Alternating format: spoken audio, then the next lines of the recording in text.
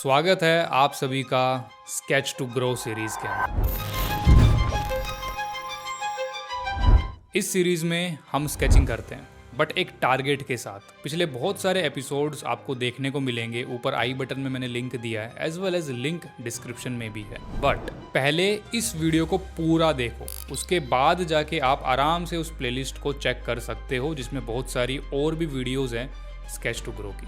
अब इस वीडियो के अंदर समझ लेते हैं कि स्केच टू ग्रो सीरीज के अंदर क्या कुछ करने वाले, ताकि आप पहले से ही प्रिपेयर हो जाओ। जैसा नाम है स्केच टू ग्रो, यहाँ पे हम ग्रोथ की बात करते हैं स्केचिंग करते वक्त। तो यहाँ पे मैं एक टारगेट लूँगा कि इस चीज़ को हमको इम्प्रूव करना है एंड वीडियो के एंड तक उसको हम इम्प्रूव करेंगे। तो स्पेसिफिकली क्या होगा, एक डेमो दिखाऊंगा मैं आपको, आप मेरे साथ स्केचिंग करोगे। स्केचिंग करते करते एक पर्टिकुलर कॉन्सेप्ट पे मैं बातें बताऊंगा, ठीक है। फिर वो कॉन्सेप्ट आप अपनी रियल लाइफ में अप्लाई करो, स्केचिंग करते वक्त अप्लाई करो और धीरे धीरे उस कॉन्सेप्ट को और स्ट्रॉन्ग करो अपना। इसके अंदर एक चीज़ ज़रूरी है, आपको मेरे साथ स्केचिंग ज़रूर करनी है, ओके। अपनी अपनी स्केच बुक लेके बैठना एंड मेरे साथ स्केचिंग करना। जो भी मैं करके दिखा रहा हूँ, जिस मीडियम में किया है, जो टॉपिक मैंने लिया है, सब कुछ एज इट इज़ रहेगा।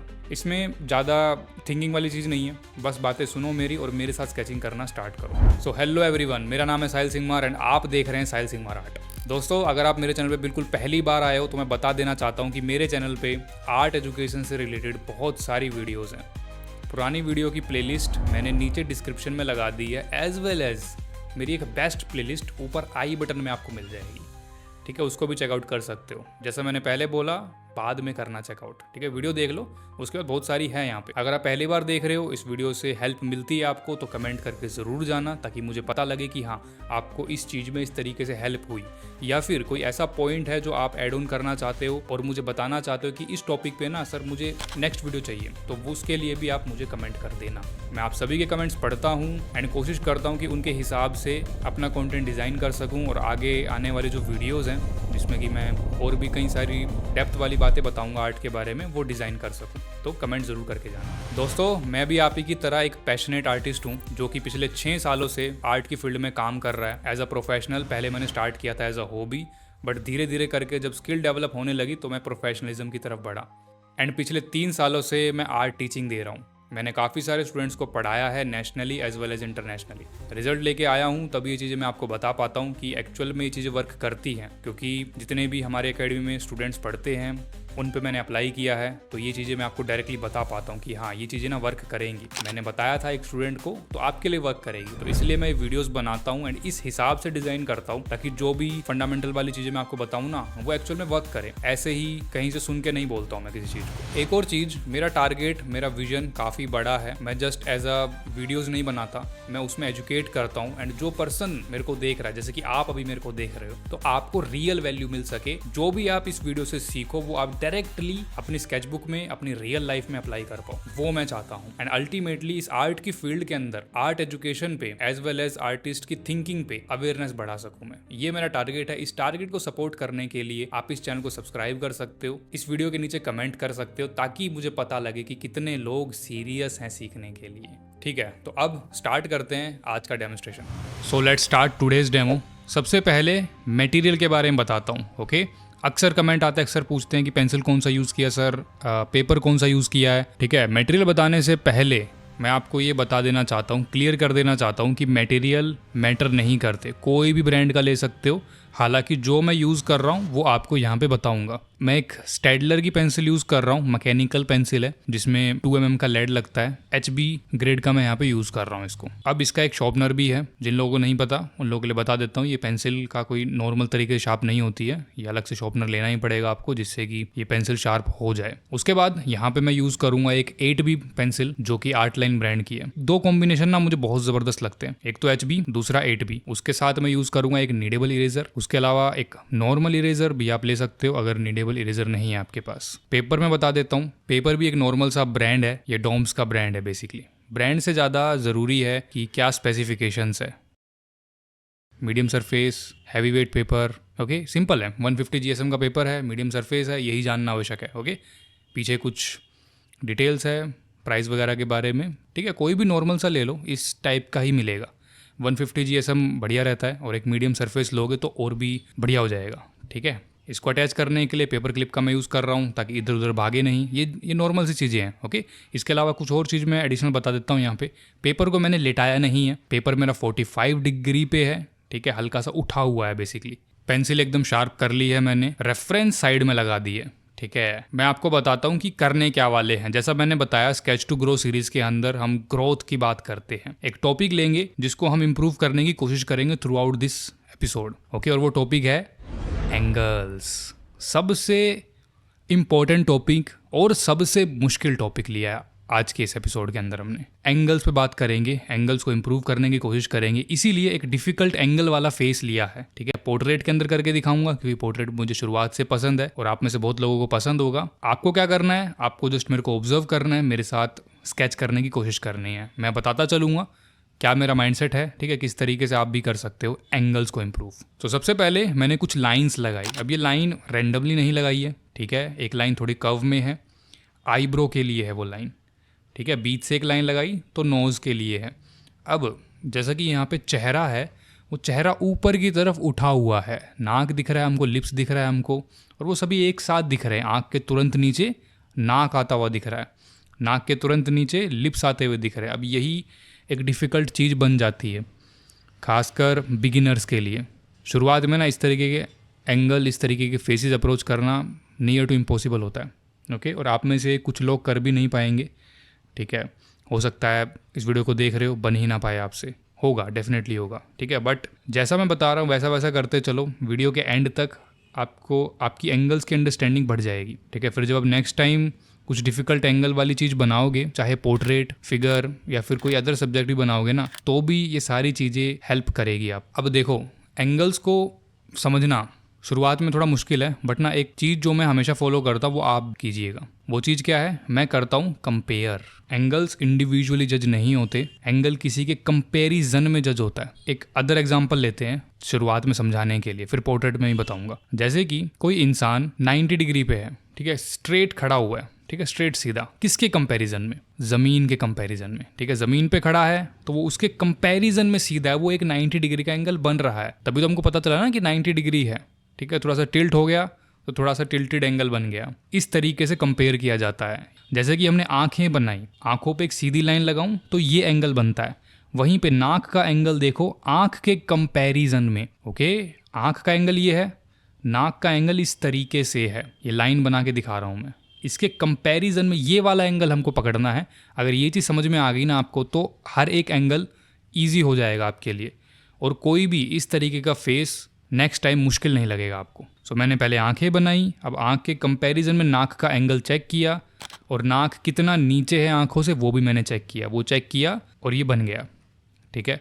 अब शुरुआत में जब आप काम करोगे, और मैं भी कर रहा हूँ, तो ये अच्छा नहीं लगेगा, क्योंकि अभी हम एंगल जज कर रहे हैं, फेस को मैच करने की कोशिश नहीं है, तो ऑब्वियस सी बात है वो होगा भी, और घबराना नहीं है इससे, ठीक है। शुरुआत में अजीब सा ही लगेगा, मेरे वाला पोर्ट्रेट भी अभी देखेंगे आप, बहुत अजीब लगेगा, ओके। बट हमारा मेन टारगेट यहाँ पे एंगल्स को इम्प्रूव करना है, ना कि हमारी ड्राइंग को सुंदर बनाना है।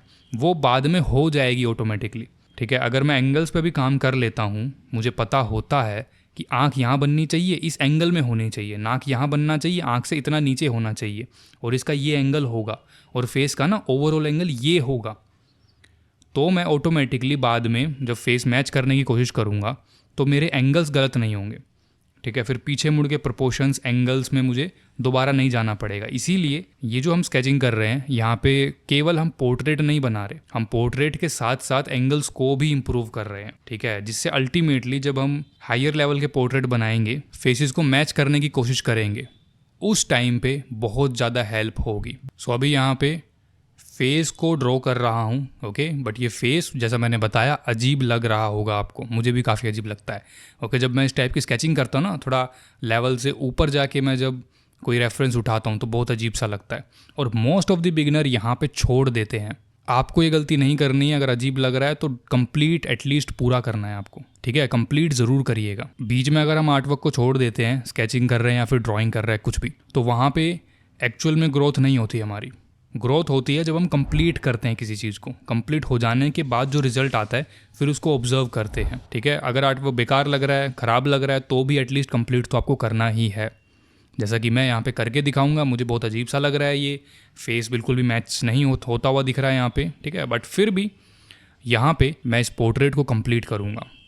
जैसा कि हमारा टारगेट है, अल्टीमेट टारगेट हमारा क्या है? अल्टीमेट टारगेट है कि एंगल सही बैठे, ठीक है। एंगल सही बैठ गए, फेस अगर ना भी मैच होता तो भी कोई बात नहीं, एटलीस्ट एंगल्स पे हमने काम किया। और अक्सर हम सब ना यही गलती करते हैं, स्केचिंग बना रहे हैं, सुंदर की तरफ भागेंगे कि यार सुंदर बन जाए किसी तरीके से, बाकी सब तो ठीक है।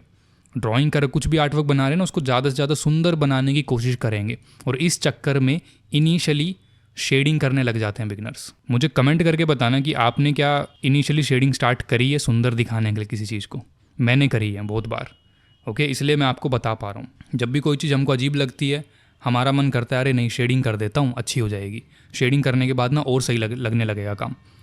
But believe me, reality totally अलग है। रियलिटी में ऐसा कुछ नहीं होता। रियलिटी में शेडिंग से कभी कोई चीज़ इंप्रूव नहीं होती है।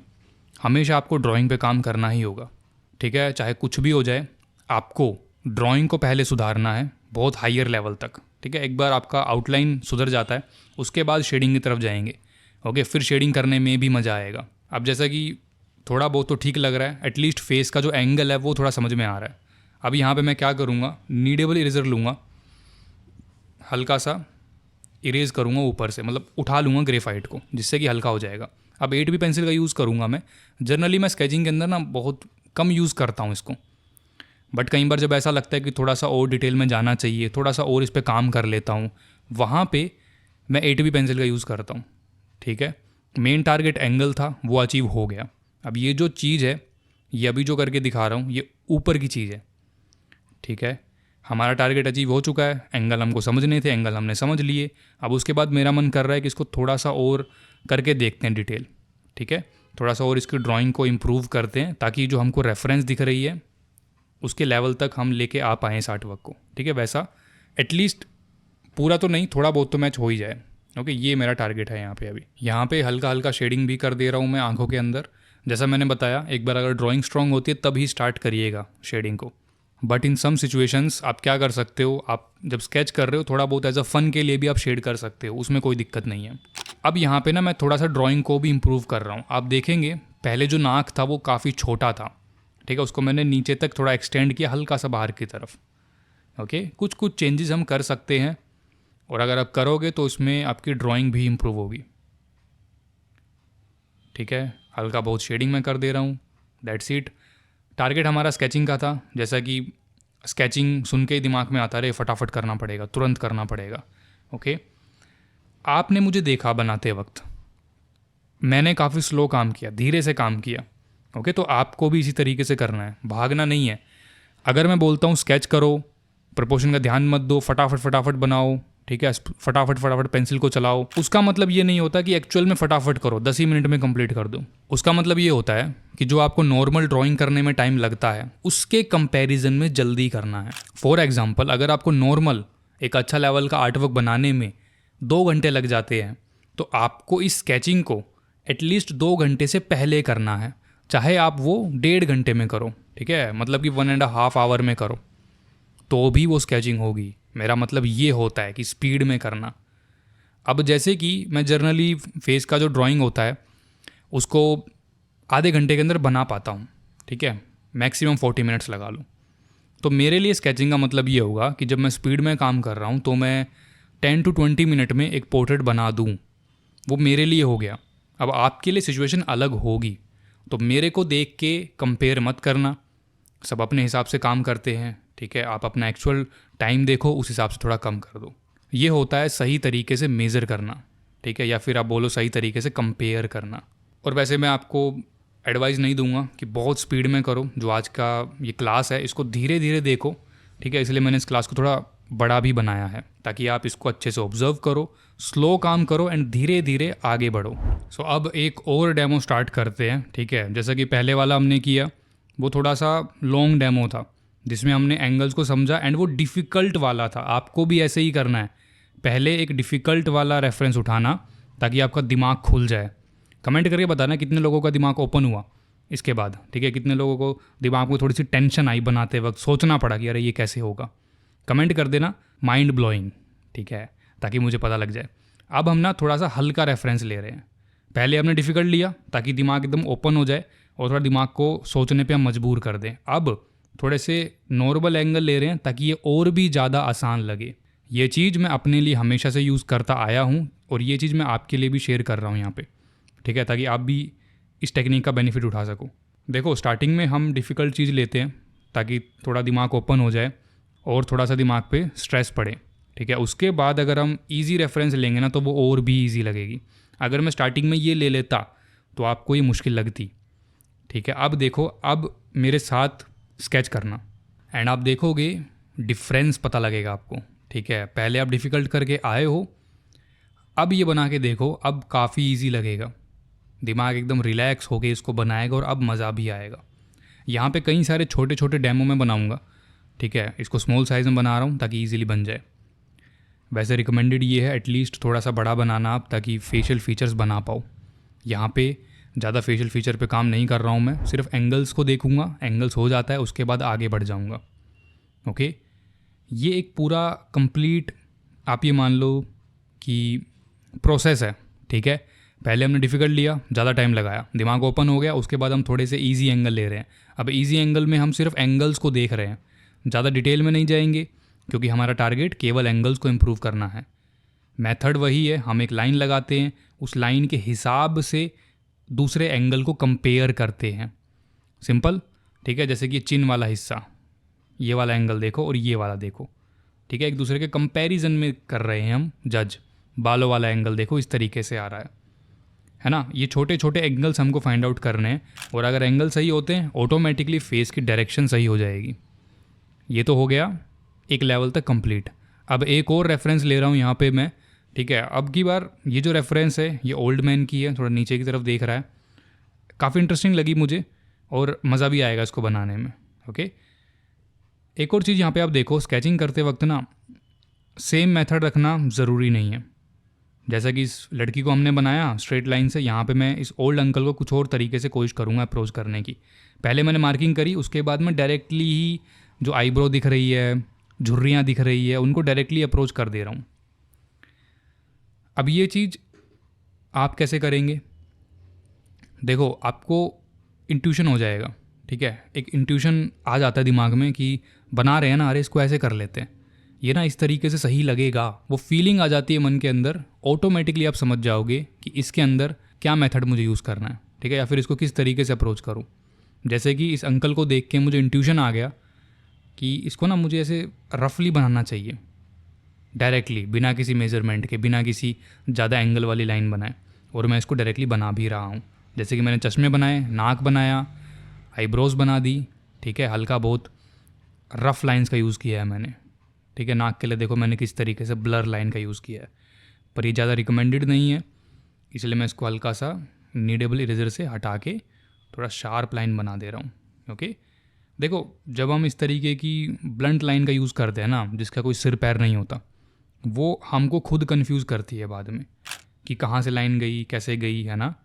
इसीलिए मैं रिकमेंड करता हूँ, खासकर बिगिनिंग लेवल पे, जब आप शुरुआत ही कर रहे हो, ठीक है, या फिर जस्ट समझ रहे हो, अंडरस्टैंडिंग के लिए। जैसे कि यहाँ पे हम एंगल्स को अंडरस्टैंड कर रहे हैं, तो एंगल्स के लिए खासकर एकदम क्लियर लाइन बनाओ, खोई हुई टेढ़ी मेढ़ी गड़बड़ सी लाइन मत बनाओ जो बाद में खुद ही आपको कंफ्यूज करे कि यार इसका एंगल ये था या ये था। मैंने कई बार बिगिनर्स को देखा है एक ही लाइन के ऊपर 10 लाइन बना देते हैं, अब उसमें पता नहीं होता कि कौन सी लाइन सही है, कौन से एंगल वाली लाइन उनकी सही गई। दूसरे तो होते ही हैं कन्फ्यूज़ जो उनके आर्टवर्क को देखते हैं, और वो खुद भी रहते हैं कन्फ्यूज, अरे कौन सी लाइन सही थी, फिर मिटा देते हैं, ओके। ऐसा नहीं करना है, लाइन केवल एक ही बनाना, लिमिटेड बनाना, पर जो आप लाइन बनाओगे वो आपकी सही होनी चाहिए, ठीक है। सही ना भी हो तो एटलीस्ट आपको समझ में आना चाहिए कि ये एंगल इस तरीके का था, मैंने ये इसलिए बनाई थी, ओके। एक कहावत है आर्टिस्ट की फील्ड में कि आर्टिस्ट ना एक लाइन बनाने से पहले बहुत सारी लाइन्स इमेजिन कर चुका होता है, ठीक है। वो 10 लाइन को रिजेक्ट कर चुका होता है, तब वो एक लाइन पेपर पे आती है। तो इस लेवल का आपको सोचना है, ओके, कि एक बार आप लाइन लगाओ तो वो 101% एक्यूरेट ही लगे आपके हिसाब से, ठीक है। तो आर्टिस्ट हमेशा पहले सोचता है, थिंक करता है, उसके बाद एक मार्क लगाता है, क्योंकि आर्टिस्ट का हर एक मार्क वैल्यूएबल होता है। अपने किसी भी मार्क को वेस्ट मत करो, कोई भी मार्क लगाया उसको सोचेंगे हम पहले। तो ये जो लाइन थी ये थोड़े हायर लेवल पे जाके आपको समझ में आएगी, but as a beginning artist हम गलतियाँ कर सकते हैं, ठीक है, ज़रूरी नहीं है जो आप पहला मार्क लगाओ वो ही परफेक्ट निकले, हो सकता है वो मार्क गलत भी निकले, बट कोई दिक्कत नहीं है, आप टेंशन मत लो, धीरे धीरे से अप्रोच करो। गलती होती है, सबसे होती है, मेरे से भी हुई थी। इन्हीं सब चीज़ों को ध्यान में रखते हुए मैंने अनदर रेफरेंस स्टार्ट कर दी। ठीक है, कुछ हद तक अप्रोच भी हो गई है। अब यहाँ पे ना आगे का स्टेप समझते हैं। ये वाला जो फेस है काफ़ी हद तक अप्रोच कर दिया है मैंने। ठीक है, अब रेफरेंस को ध्यान से देखो, रेफरेंस में ऑब्जर्व करो कि हम ना इस फेस को नीचे से देख रहे हैं। एक तो एंगल वो होता है जब फेस ही नीचे देख रहा है, जैसे कि ये बूढ़े अंकल का केस, ये फेस ही नीचे देख रहा है। ठीक है, कि ये दूसरा केस जिसमें फेस तो सही देख रहा है लेकिन हम उस फेस को नीचे से देख रहे हैं। ठीक है, समझ में आया? एक तो फेस ही नीचे देख रहा है, दूसरा हम उस फेस को नीचे से देख रहे हैं। सिमिलरली या तो फेस ऊपर देख रहा है या फिर हम उस फेस को ऊपर से देख रहे हैं। ठीक है, ये पर्सपेक्टिव के अंदर चीज़ें आती हैं, बट अगर पर्सपेक्टिव नहीं भी पता ना तो भी आप ये सारी चीज़ें अप्लाई कर पाओगे अगर आपके एंगल सही हैं तो। और अब मैंने पर्सपेक्टिव बोल दिया तो पर्सपेक्टिव के पीछे मत भागना। बहुत ज़्यादा मतलब मेरे पास मैसेजेस आते हैं, स्टूडेंट्स आते हैं कि पर्सपेक्टिव सिखा दो, पर्सपेक्टिव नहीं आता। मैं बोलता हूँ कि एंगल स्ट्रॉन्ग कर लो। ठीक है, एंगल स्ट्रॉन्ग हो गया, ऑटोमेटिकली 10 चीज़ें सही हो जाएंगी, फिर उसके बाद पर्सपेक्टिव आएगा। अगर आपके एंगल्स ही सही नहीं है, मैं पर्सपेक्टिव आपको सिखा दूँ तो भी कोई फ़ायदा नहीं है। ठीक है, तो भी आपका ना बिगड़ेगा ही, क्योंकि एंगल सही नहीं है। तो इस फेस को ही मैंने इसी तरीके से अप्रोच किया, नोज़ को थोड़ा सा अप्रोच किया, लिप्स को थोड़ा अप्रोच किया। ठीक है, एंड ये एक बेसिक सा स्ट्रक्चर मैंने निकाल दिया। ओके, इस फेस के अंदर मैंने जो प्लस वाली लाइन थी वो बाद में बनाई। इनिशियली जस्ट एक हल्का सा सर्कल बनाया और जस्ट मार्किंग करना स्टार्ट कर दिया।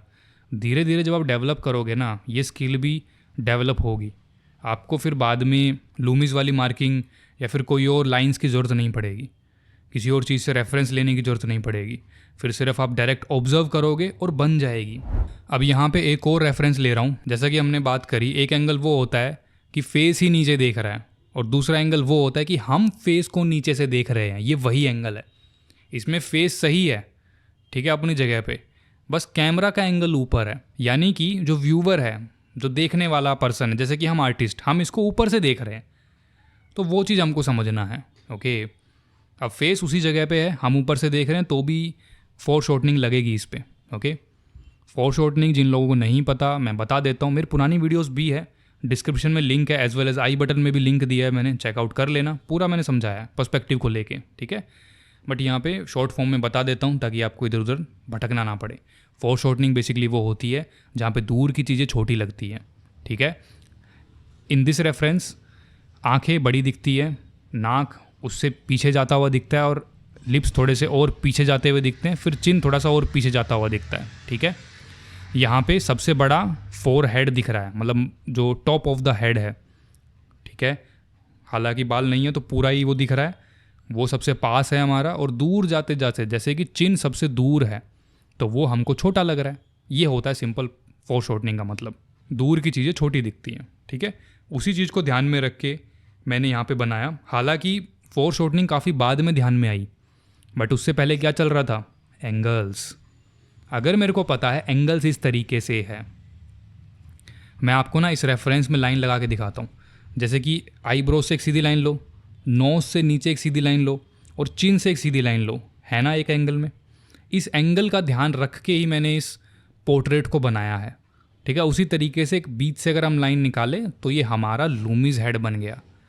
ओके, देखो लूमिस हेड का तो सिर्फ नाम हो जाता है, सारा खेल एंगल्स का है। अगर एंगल सही हो गए ऑटोमेटिकली फेस में वो बात आ जाएगी। अगर आपको ये डेमो ज़्यादा फास्ट लग रहे हैं, स्पीड में कर दे रहा हूँ और आप स्पीड मैच नहीं कर पा रहे तो वीडियो को पॉज कर लो, जब कंप्लीट हो जाए आपका तो वीडियो को ऑन कर दो, फिर नेक्स्ट ड्राइंग की तरफ बढ़ो या फिर नेक्स्ट स्केच की तरफ बढ़ो। कुछ इस तरीके से मैंने इस पोर्ट्रेट को भी अप्रोच कर दिया। ज़्यादा डिटेल में हम जा नहीं रहे हैं लेकिन एंगल्स को अप्रोच कर रहे हैं। आप ओवरऑल देखो, सब में एंगल्स को अप्रोच किया। ठीक है, एंगल्स के हिसाब से सही लग रहे हैं। अब इसके अंदर मैं डिटेल जितनी डालना चाहूँ डाल सकता हूँ, it is easy for me. वहीं पे अगर ड्राइंग ख़राब होती, फेस ही ढंग से पता नहीं लग रहा होता, अगर उसके अंदर मैं शेड कर देता तो फिर तो कितना ही कोशिश कर लूँ वो फेस अच्छा लग ही नहीं पाता। Let's start another demo. ये क्लास थोड़ी सी लंबी है लेकिन ना एंगल्स के बारे में कई सारी चीज़ें क्लियर हो जाएंगी आपकी, एज वेल एज कई सारे डेमो भी आप कर लोगे यहाँ पे।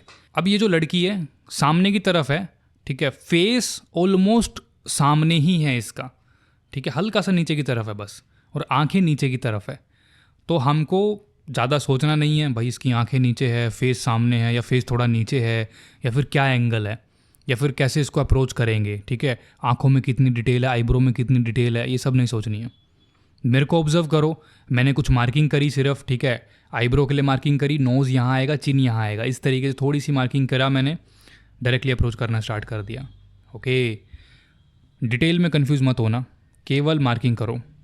पोर्ट्रेट बनाते वक्त आईब्रो की मार्किंग, नोज़ बॉटम की मार्किंग और चिन की मार्किंग, ठीक है, बोनस में फोरहेड की मार्किंग, ये अगर आप सही कर लेते हो ऑटोमेटिकली ना पोर्ट्रेट का मैक्सिमम प्रोपोर्शन वाला काम हो जाएगा आपका, ठीक है। प्रोपोर्शन से मेरा मतलब है आईज, नोज़, लिप्स की प्लेसमेंट, सिंपल समझो, वैसे काफ़ी डीप होता है बट सिंपली मैंने आपको बता दिया कि भाई आईज, नोज़, लिप्स अगर ढंग से प्लेस्ड है तो मतलब प्रोपोर्शन सही है फेस का। तो सबसे पहले हम यही देखते हैं कि प्रोपोर्शन सही हो फेस का, उसके बाद हम कुछ अदर चीज़ें करें।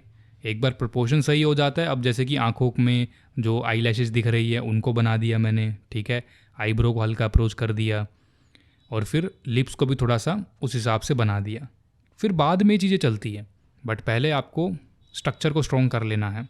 अभी यहाँ पे ये वाला जो पोर्ट्रेट है ना, ये लड़की जैसा मैच सा नहीं हो रहा, बट वो हमारा कंसर्न नहीं है, क्योंकि यहाँ पे हम एंगल्स को ऑब्जर्व कर रहे हैं। अगर एंगल सही होता है दैट्स इट, हमने अपना काम कर दिया। अब जब नेक्स्ट टाइम हम स्केच करेंगे ना, तो हम फेशियल फीचर का ध्यान रख सकते हैं या अपना वहाँ पे टारगेट कुछ और बना सकते हैं। तो जब भी आप नेक्स्ट टाइम स्केच करो, अपना एक टारगेट बनाओ कि इन स्केचिंग के अंदर ना मुझे एंगल को इम्प्रूव करना है, या फिर इन स्केचिंग के अंदर मुझे प्रोपोर्शन को सही करना है, ठीक है, या फिर मुझे ना वैल्यू सही कर लेनी है यहाँ पे। तो एक टारगेट जब रहता है तो स्केचिंग मीनिंगफुल रहती है। ओके, इसीलिए हम स्केचिंग के साथ साथ ग्रोथ भी कर पाते हैं। दोस्तों, इस वीडियो के अंदर इतना ही। उम्मीद करता हूँ आपको ये वीडियो पसंद आई होगी, इस वीडियो से हेल्प मिली होगी। अगर कोई पोर्ट्रेट रह गया हो बीच में तो अगेन वीडियो को दोबारा देख लेना, धीरे धीरे से प्रैक्टिस करना ज़रूर। ओके, ऑल्सो यहाँ पे मैं आपको जाते जाते एक टास्क दे रहा हूँ जिसको आप प्रैक्टिस कर सकते हो। ओके, वीडियो के एंड में आपको मिल जाएगा। Thank you so much everyone for watching this video. Comment करके ज़रूर बताना आपको ये वीडियो कैसी लगी। So here is your task for this class. ये रेफरेंस में आपको एंगल्स को ऑब्जर्व करना है और एंगल्स के तरीके से इसको बनाना है, ठीक है। इस रेफरेंस का आप स्क्रीनशॉट ले सकते हो, एज वेल एज मेरे पिंटरेस्ट अकाउंट पे जाके भी डाउनलोड कर पाओगे आप, ठीक है। एक बार आपका ये ड्राइंग रेडी हो जाती है, उसको आप मुझे यहाँ पे टैग कर सकते हो, ये मेरा इंस्टाग्राम हैंडल है, इस पे टैग कर सकते हो, एज वेल एज मुझे व्हाट्सएप पे भी शेयर कर सकते हो। ओके, ये मेरा व्हाट्सएप नंबर है, इस पर आप मुझे अपना आर्टवर्क शेयर करोगे तो मैं आपका आर्टवर्क देख लूँगा एंड मैं बता पाऊँगा कि क्या क्या गलतियाँ हुई है। सो कैसी लगी आपको आज की ये वीडियो? उम्मीद करता हूँ ये वीडियो का पूरा डेमो एंड तक देखा होगा आपने। अगर देखा है तो डेफिनेटली आप मुझे सुन रहे हो इस टाइम पे। जो लोग अभी तक सुन रहे हैं, एंड तक हैं, उन लोगों के लिए एक स्पेशल चीज़ मैं शेयर करूँगा अभी, ताकि जो एंड तक रुके हैं, जो सीरियस है, उनको और वैल्यू मिल पाए, ठीक है। पहली चीज़ तो मुझे ना एक बार अपना फीडबैक ज़रूर देना। पूरा लेसन आपने देख लिया, क्या क्या कुछ समझ में आया है ना, क्या कुछ आपको ऐसा लगा कि सर इसकी और रिक्वायरमेंट है ना, और होना चाहिए, ये चीज़ और हो सकती है क्या, मुझे ज़रूर शेयर करना कमेंट में। क्योंकि क्या होता है ना, यूट्यूब वगैरह पे या कहीं पे भी लाइक सब्सक्राइब से इतना पता नहीं लगता। आप कमेंट करते हो तो मैं पढ़ता हूँ हर एक कमेंट, मुझे पता लगता है कि अच्छा इनको ये फीडबैक है इनका, एंड फिर मैं उस पर काम करूँगा आगे, है ना। इससे बहुत हेल्प हो जाती है मेरी, एज वेल एज आपकी भी होगी, क्योंकि आप ही के लिए मैं और नेक्स्ट वीडियोज़ फिर बना पाऊँगा। तो कमेंट करना। अब सुनो एक और चीज़, पूरा डेमो देख लिया, अच्छे से समझ लिया, प्रैक्टिस भी किया होगा आपने। ओके, एक और चीज़ आप कर सकते हो यहाँ पे कि इस डेमो के बाद, इस वीडियो खत्म होने के बाद कुछ भी और वीडियो मत देखना। ओके, कुछ टाइम के लिए एक और रेफरेंस उठाना, सिमिलर जो मैंने अभी सिखाया ना, उस जैसी एक और रेफरेंस उठा लेना। ढूंढने में प्रॉब्लम हो रही है ना, नीचे डिस्क्रिप्शन में मेरे पिंटरेस्ट अकाउंट का लिंक मिलेगा आपको, उस पर क्लिक करोगे बहुत सारी रेफरेंसेज है सिमिलर मिल जाएगी। आप उठा लिया, अब उसको सेम तरीके से जो मैंने यहाँ पे सिखाया, जैसे बताया, खुद से स्केच करके देखना। एंड ये मेरा वादा है आपसे, अगर ये चीज़ कर लेते हो ना, तो जो आज का कॉन्सेप्ट मैंने इस वीडियो के अंदर सिखाया है वो टोटली क्लियर हो जाएगा। फिर आगे ना वो दिमाग में एकदम बैठ जाएगा, अगली बार जब स्केच करने बैठोगे तो उससे बहुत वैल्यू मिलेगी आपको। तो ये था स्पेशल गिफ्ट मेरी तरफ से। और अगर बहुत ही ज़्यादा सीरियस हो तो ये चीज़ भी सुन के जाओ, आप लोगों के लिए एक और स्पेशल चीज़ मैं शेयर करता हूँ। हमारी एकेडमी में हम एक प्रोग्राम रन करते हैं, मास्टर द पेंसिल। इसके अंदर आर्ट के सारे core concept as well as portrait पे मास्टरी करवाई जाती है, ठीक है। अगर आपका इंटरेस्ट पोर्ट्रेट ड्रॉ करना है ना, तो यहाँ से बहुत सीरियसली आप सीख जाओगे। ऑल्सो पोर्ट्रेट ही नहीं, बहुत सारी चीज़ें आप सीखोगे, figure drawing, still life, observe कैसे करना होता है, रियल लाइफ से कैसे बनाना होता है, स्केचिंग कैसे करनी होती है एक्चुअल में, वो सारे कोर कॉन्सेप्ट, ठीक है, बिल्कुल जीरो से लेकर एडवांस तक। हालांकि ट्रेनिंग पोर्ट्रेट पे है, लेकिन पोर्ट्रेट के अराउंड बहुत सारी चीज़ें मैंने सिखाई है। वैल्यूज़ को लेके प्रॉब्लम हो, लाइट को लेके प्रॉब्लम हो, या फिर पर्सपेक्टिव समझ में नहीं आ रहा है, एडवांस लेवल का रियलिज्म नहीं अचीव हो रहा है, ऑब्जर्व कैसे करे, फ्री हैंड ड्राइंग कैसे करे, ये सब मास्टर द पेंसिल में इंक्लूडेड है दोस्तों। ठीक है, तो अगर आप सीरियस हो तो एक बार मुझे इस व्हाट्सएप नंबर पे मैसेज ज़रूर करना, एटलीस्ट डिटेल ज़रूर लो। इन फ्यूचर कभी आपका सीखने का मन हुआ, बहुत सीरियसली सीखना है, तो मुझे ज़रूर रीच आउट करना। ऑल्सो अगर आप मुझे व्हाट्सएप पे मैसेज करोगे तो मैं आपका नंबर भी सेव कर लूँगा, जिससे होगा क्या कि फ्यूचर में मैं आपको कॉन्टैक्ट कर पाऊंगा। कभी कोई ऑफर आया या फिर हम कोई बैच लॉन्च कर रहे हैं तो आपको डायरेक्टली पता लग जाएगा। सो इंतजार किस चीज़ का है, व्हाट्सएप पे मैसेज कर देना, एज वेल एज प्रैक्टिस ज़रूर करना जो मैंने सिखाया आज की क्लास के अंदर। Thank you so much everyone for watching this video. अब मैं आपसे मिलता हूँ बहुत जल्द नेक्स्ट वीडियो में।